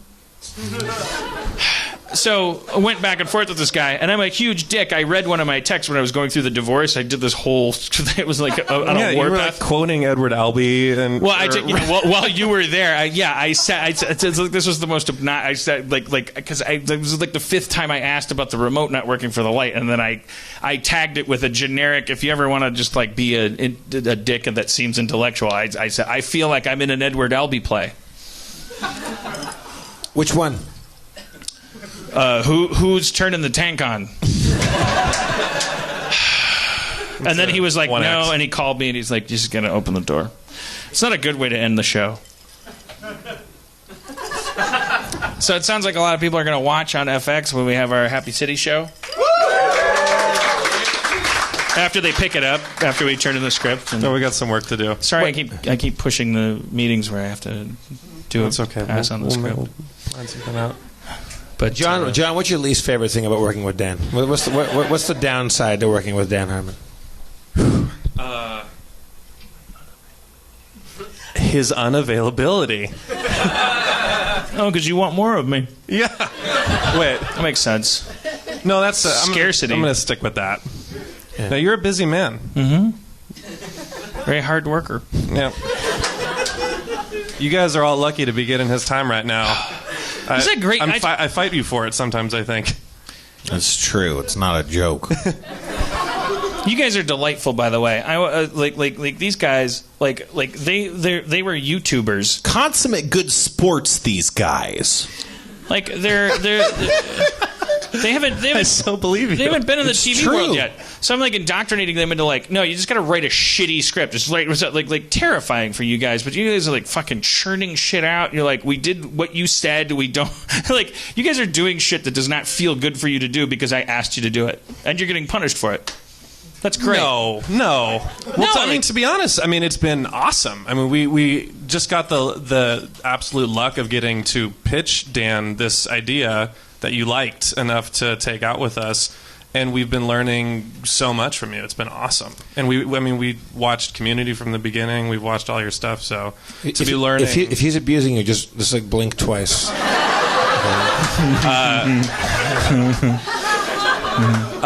But yeah, no, it's great. It's been awesome. I'm a good person. Like I have a reputation for not, but and I don't know why I'm not in a better mood because tonight like I usually have work tomorrow when I come to the show. I should be in a good mood. Like I have tomorrow off. Well, from moment one, honestly, you were so gracious to hear our idea, which I think kind of surprised us because we weren't. I urged him not to take that meeting. I said, these guys are YouTubers. It's not worth it. They're never going to amount to anything. Probably never wrote a script in their life. I feel this is where I've known Dan forever, and he shot down my skateboard TV show where everybody was skateboards. You didn't like it? Well, we took the best parts of that. The thing is, my skateboards had arms. You had it worked out beforehand. Yeah. I keep the running joke with these guys is I keep pretending that I'm using them to get close to PewDiePie, and but I have a you bring him up an awful lot. I was wondering like Starburns Industries has a I looked on the calendar. There's a PewDiePie meeting coming up. Oh shit! PewDiePie's a big fan of Harmontown. We can really elevate his craft. He's coming in. Jeff doesn't know What's a PewDiePie? is. He's just a phenomenon. We're currently working with Dan. We'll move on to you, I guess. Once PewDiePie? Think about if the Beatles was on YouTube. It's like he's like the Beatles of YouTube. He's a video game It's reviewer. a perfect analogy. Okay. He's like the biggest fucking force on that entire place. All right. Yeah. Okay. He's the Tim Allen of YouTube. In 1998. Okay. I got you. Yeah, he makes noises. His name is PewDiePie? Yeah. PewDiePie. He's from Foreign Place. Foreign Place, Europe. Yeah. One of them. Looking for Comic-Con. Yeah, he's going to be at the Balboa Theater. He'll be doing July autographs. 23rd. Take all those photos. He's the day after If I us. told you guys PewDiePie was at my Comic-Con show, would you come to the Comic-Con show? Okay, I really thought the audience would I be don't too believe that. generous. That was tepid. They're going to come and it's just going And to be you know me. he's listening because he's a fan, and now he's like... You know who else is a fan? Lin-Manuel Miranda. And I started mad beef with that guy. Well, he hates me. He wants to come on the show. No, he wants to tear me apart. I don't think so. I don't want to think he see wants to him. tear I'm anyone apart. afraid of what he'll do to me.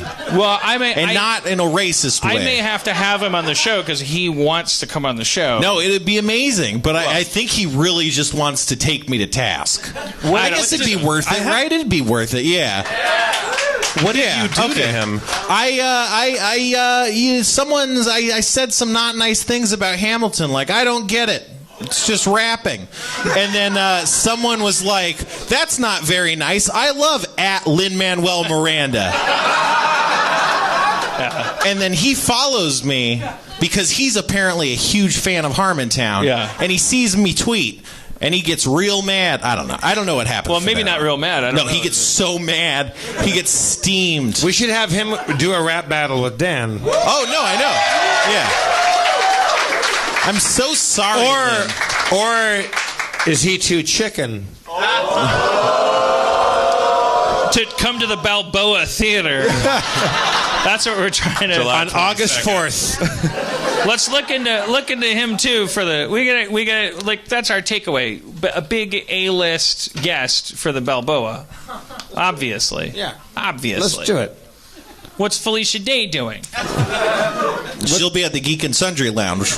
We'll be hanging out. Because I can get you Sherry O'Terry.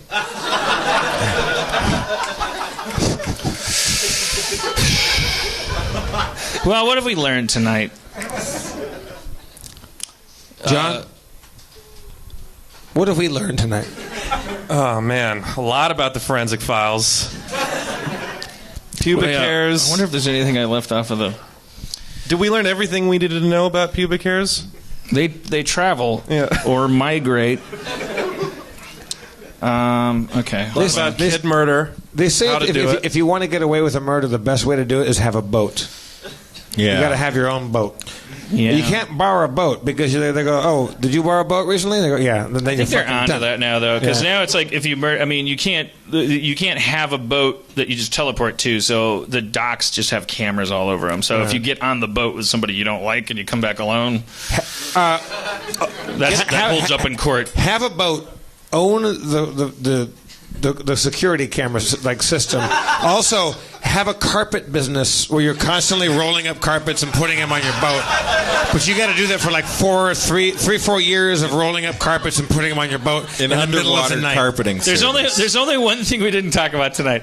And I was talking about selfie sticks, and I was asking questions about them and how they worked. And then it came around to we'll skip a couple steps because it came around to I started looking it up, and I saw that museums were banning selfie sticks in Europe, and I was like, yeah, do you really want to be on the side of that snobbery? Aren't American tourists like what? We're always going to be obnoxious. Like, who knows? Like, who do you side with in that Mothra versus Gamera fight? You know, but and then Jeff was saying like, I wouldn't allow selfie sticks at my museum, but.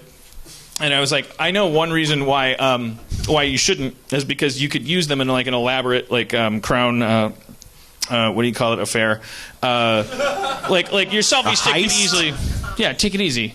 I was testing it. Obviously, it's a heist tool. You could disguise a selfie stick. You know, you could use a selfie stick to do a lot of Hudson Hawk, like painting grabbing, without question. And then Jeff brought up this thing where he said, like, if I had a museum, I would invite people. I would say I would not allow selfie sticks, but I would, just to make it clear that it wasn't about that, I would say, go ahead, rob my museum. And so then it started me thinking. So here's my pitch. I challenged him. I was like, let's show me what you got. Like, I dare you to try to get away with robbing my museum. Right? So here's my museum pitch. This is how you make a profitable museum.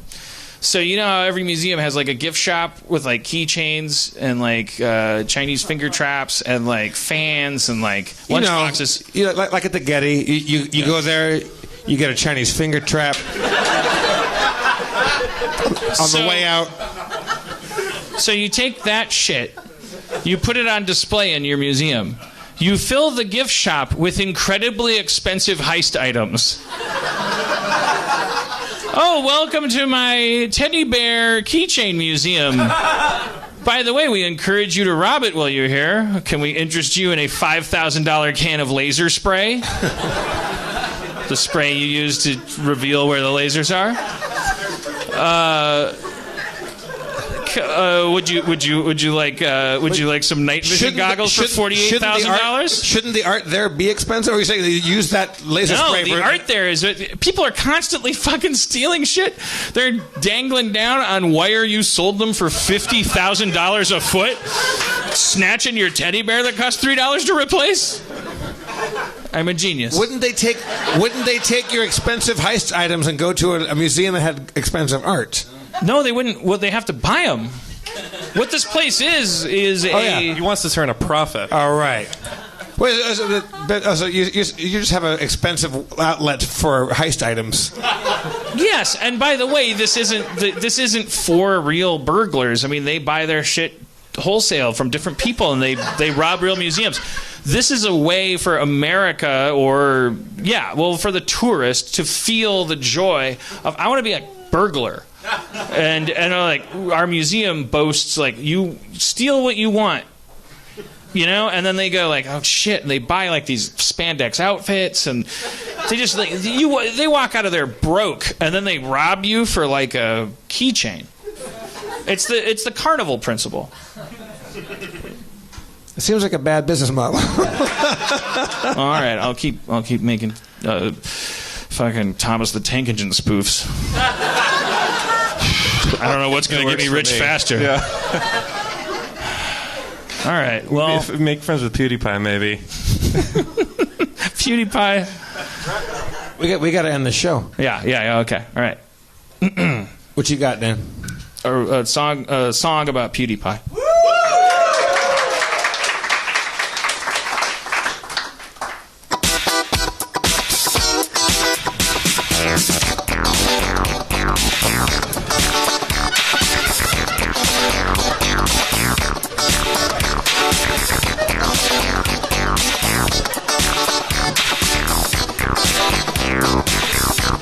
Thanks for coming to Harmontown, everybody.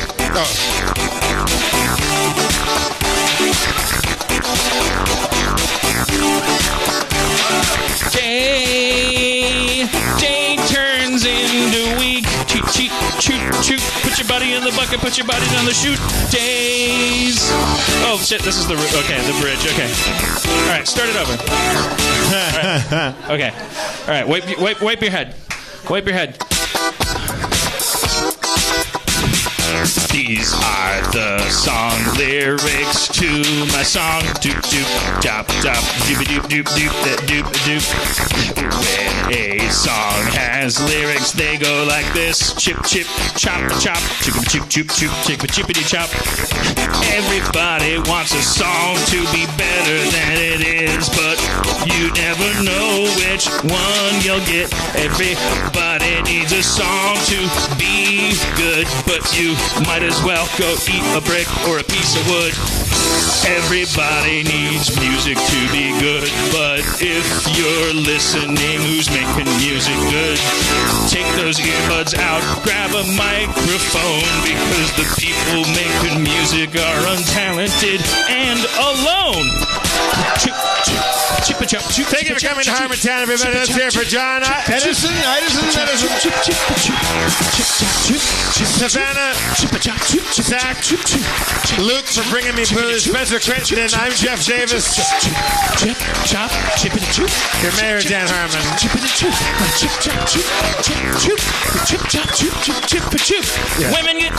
Women get tested, check yourself and get tested for breast cancer.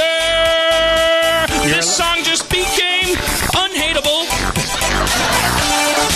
Number one killer of women. If you hate the song, you hate women.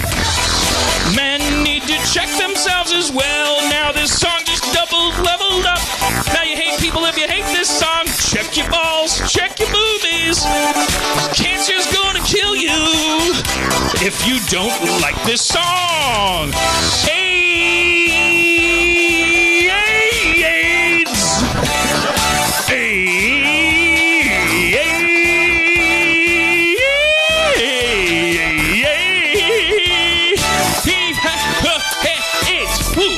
Acquired immune deficiency syndrome in the room.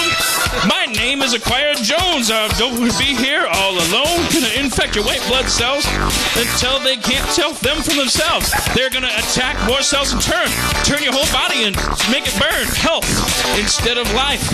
Then you're gonna die. It's not funny. The show is over like 5 minutes ago. Katrina! Drone strikes! Drone strikes! You're allowed to leave. Don't do a drone strike on Katrina! I'm only staying here because my iPad is plugged in. Drone strike, Katrina hike. Check your breast cancer all night. Check your balls too. Cancer number one. Gonna kill you when the life is done. AIDS. Acquired.